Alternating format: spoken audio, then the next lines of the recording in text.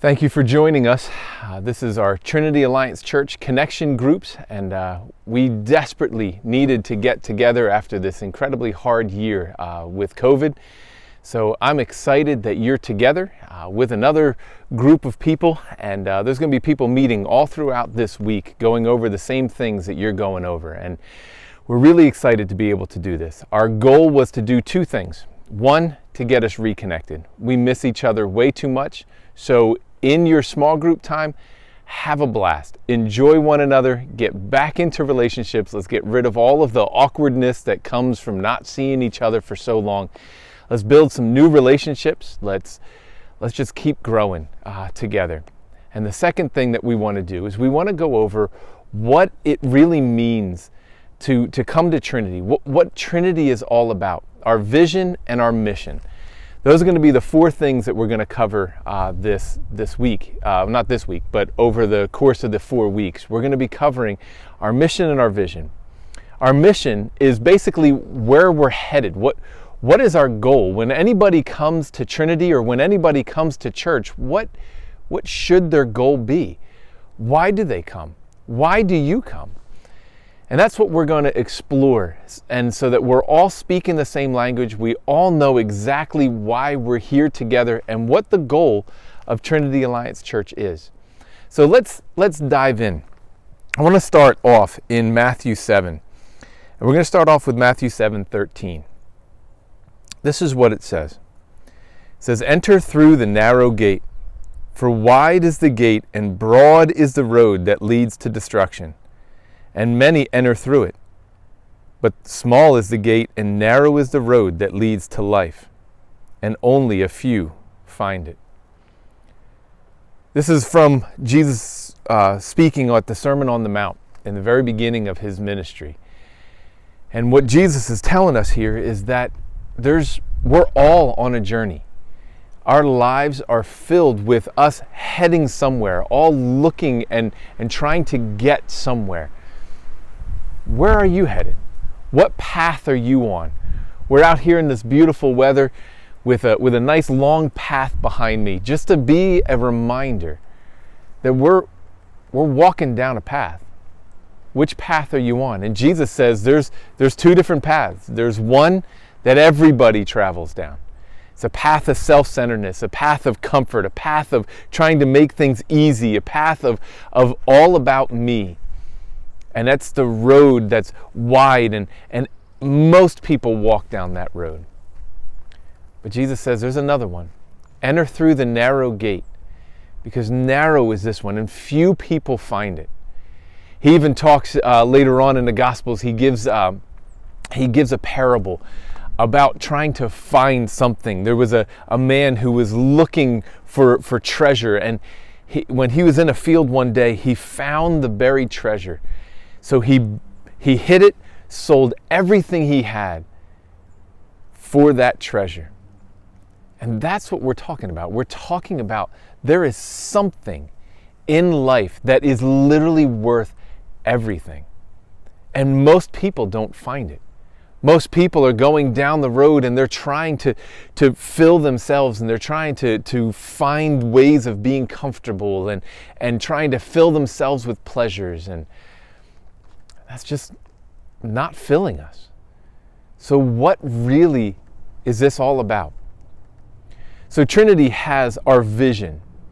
And our vision, simply put, is this: that we are a people who are here to learn and grow in a passion for God and compassion for others. So let's look at Matthew 22. It's awesome. The teachers and the teachers of the law, they come to him with a question, and they ask him a question. They're trying to trick him, but this is what it says. Matthew 22.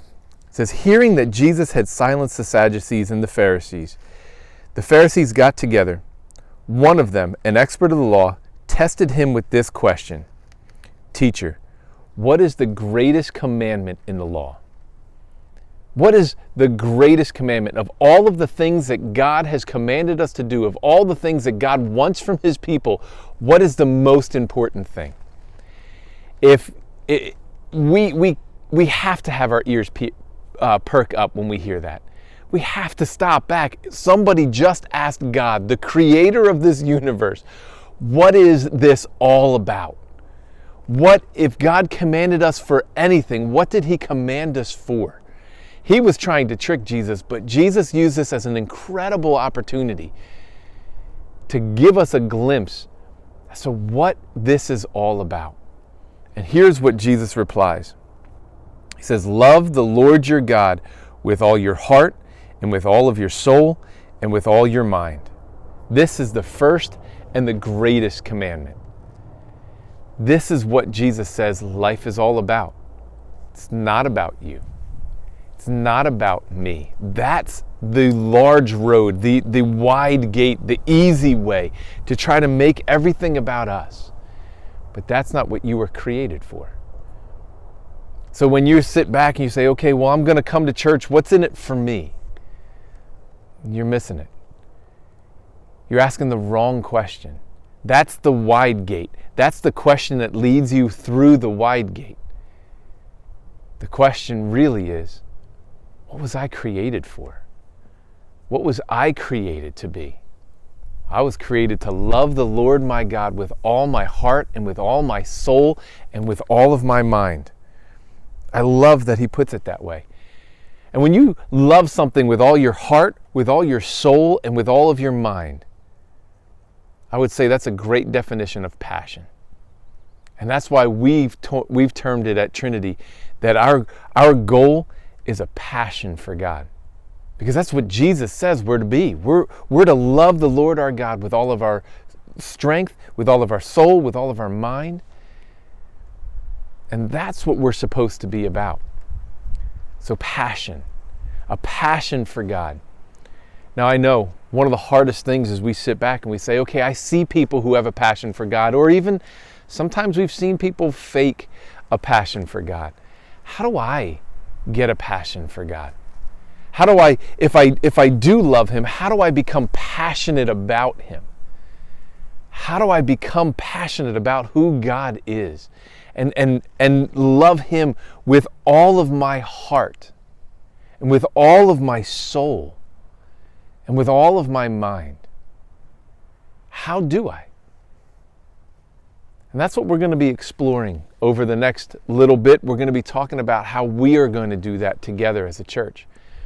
But I want you to ask yourself in your small groups this week is, what are you passionate about? What are the things that have hold of your mind? What are the things that have hold of your heart? What are the things that you're passionate about? Because we are a people who were created to be in awe of God. But we know what it means to be passionate. We know what it means to be in awe of. We want to be passionate for something. For a lot of you, maybe you just don't feel passionate about anything right now. That leads to despair, and that leads to frustration, and that leads to a lot of doubt and lies in and of ourselves. When we sit back and say, well, I'm not really passionate about anything. Well, that's what God's trying to get us to understand. We're never going to feel full until we become passionate about him. How do we ever get passionate about anything? Well, it takes some time. And it's a choice. We always think that passion is just this feeling, and I'm waiting to muster up this feeling. It's not just about a feeling. It's about a choice. It's a choice to follow him. It's a choice to serve him. It's a choice to spend time with him. It's a choice to start looking for him and to live for him. There's a couple disciples that come up to Jesus and they say, I want to be one of your disciples. And Jesus looks at them and says, listen, the foxes have holes and the birds of the air have nests. But the Son of Man, he doesn't have a home. He doesn't have a place to call home and to rest his head. It's hard. And then another one comes up to him and says, I'll be your disciple, but let me first go bury my father. Now that one's a hard one because Jesus says, let the dead bury their own dead. And we sit back like, oh my goodness, Jesus, what are you saying? That's just mean. In the Jewish culture, the law said you had to bury somebody within 24 hours of them passing. So when he's talking about his father is not dead. He didn't have his father die, go find Jesus to ask him if he can be his disciple. That's not what was going on. He was saying to Jesus, let me first finish everything else. Let me, when it's a convenient and an easy time, that's when I will. Jesus is saying it's not an easy, convenient thing. It's a choice. It's not when you just feel like it. It's a choice. And it's time to make that choice. When he calls Peter, he looks at him and he says, come and follow me. And Peter says, yeah, because he knew him. We're going to be talking about that over the next couple weeks. And so that's what we mean by a passion for God. We're going to learn how to be passionate about God. And in your small groups tonight, you're going to be talking to each other about passion and how to have a passion for Him. And you're going to be praying for each other. And you're going to share some of your frustrations with this. And how sometimes we fail and how we're not as passionate as we want to be. But we're going to struggle together. And we're going to walk through this together.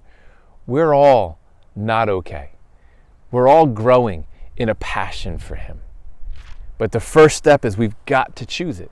We've got to choose a passion for Him.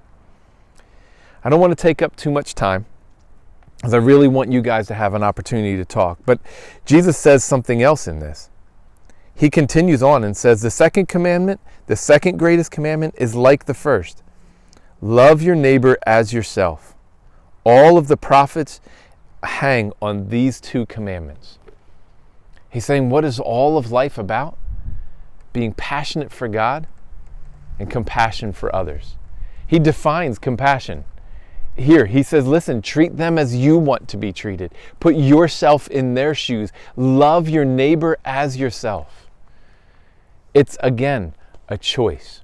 We're waiting for this, for something to happen from the outside to come and to change us.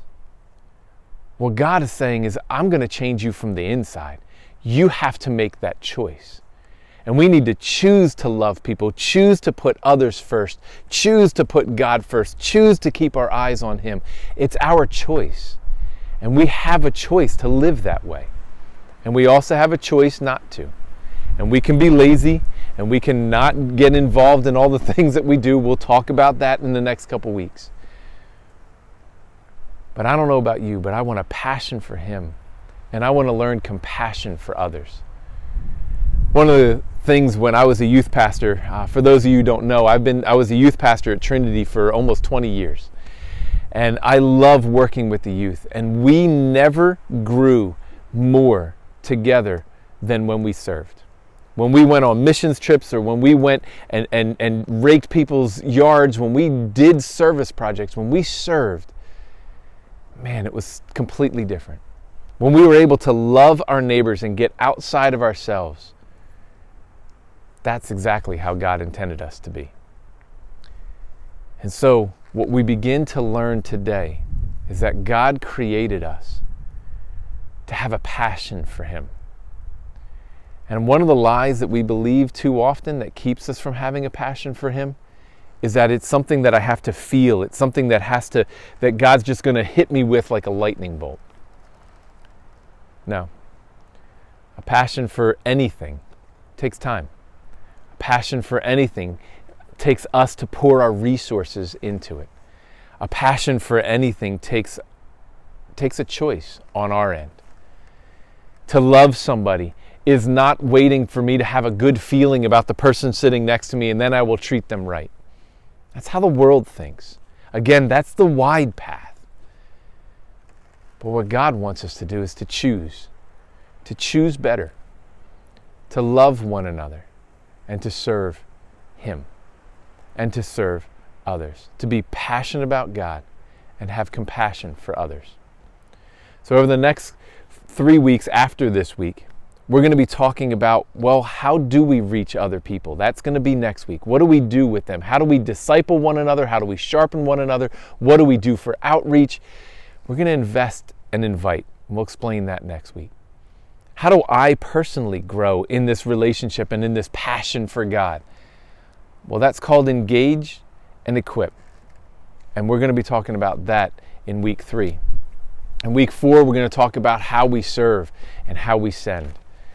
And so that's going to be what we're going to be doing over the next couple weeks.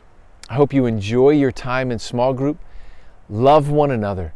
Enjoy spending time together, face to face with each other. Pray for one another. And I'm glad you joined us. I'll see you next week.